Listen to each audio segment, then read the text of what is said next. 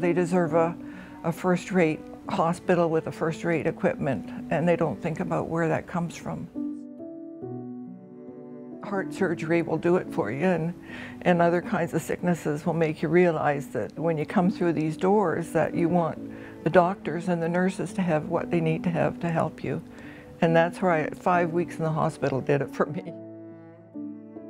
Sadly, shortly after we moved here, about 10 months after we moved here, bought our retirement home and was looking forward to life together, my husband died of cancer. We were only here for 10 months when he died of cancer. I didn't know a soul. Nobody wants to drive, they just want to go to the fastest service they can get. So very shortly after I was widowed, I became a busy part of the community and had lots of networking opportunities. So I grew up in East York, and I was born in the East General Hospital, and I became a volunteer there and then worked there for some time as well. Just became a natural thing to do as a teenager. Yeah, we didn't have a lot, but my mother was the one that was behind it all. I was a school teacher, raised by parents that were very community oriented. Dad was on every committee going. My mother always was proud to say she never worked a day in her life, but she never stayed home a day in her life. She was the first one to put her hand up every time something was asked of her. So I came from a family that really encouraged people to volunteer. When I came to Brighton from Toronto, I had time on my hands, and the first thing I wanted to do was volunteer at the hospital.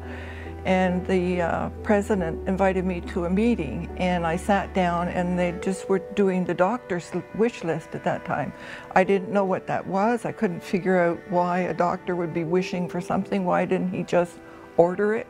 And that's when I first learned that money didn't come from the government pot. It came from the people that donated.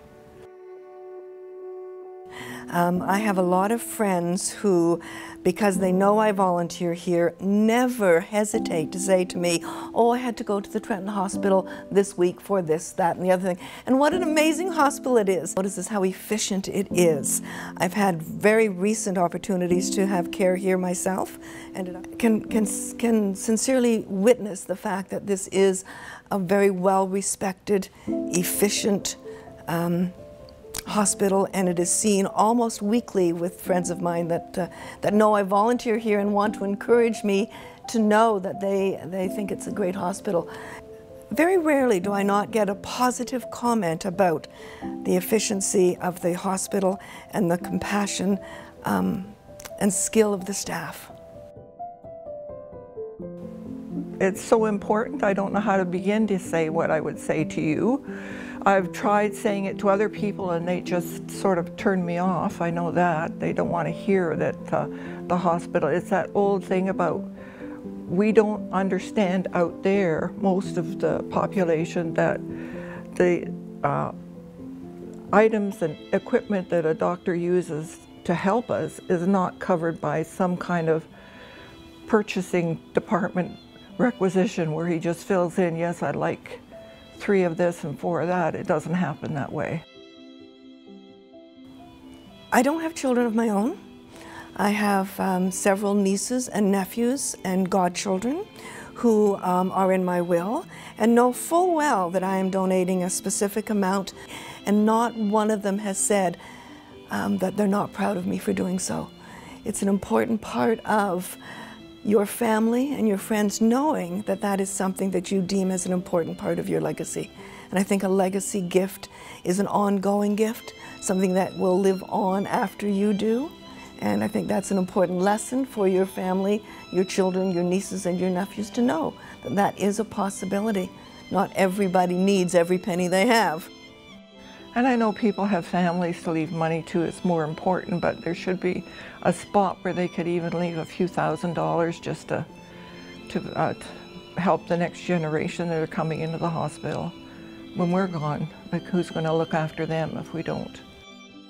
The monthly giving that I started really low, and I can't remember the amount, but it was very low, and I was able to increase it again. So that's another way, while you're still here on this planet, that we can see it happening.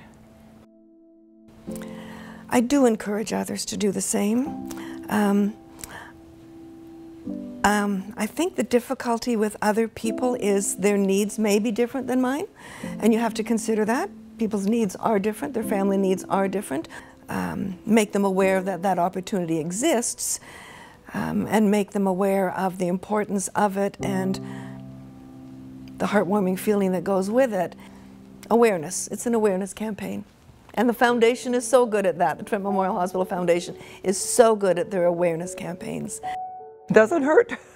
Doesn't hurt to give at all. Whether you do it monthly, try monthly for a start, and then you'll be on a mailing list and you'll start reading what happens to your money, and yeah.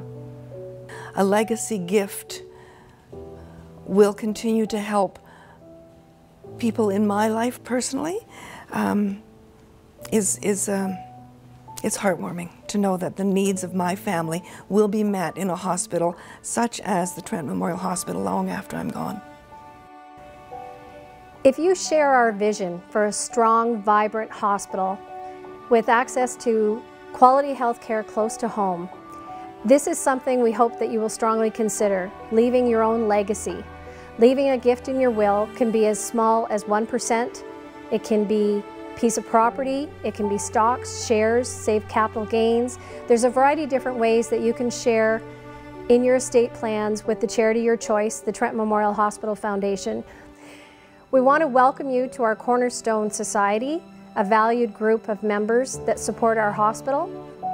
You can reach us at 613-392-2540 or go online at tmhfoundation.com. Please contact me. I'd love to share with you how your gift can make a huge impact on the health care of your family and friends. Thank you.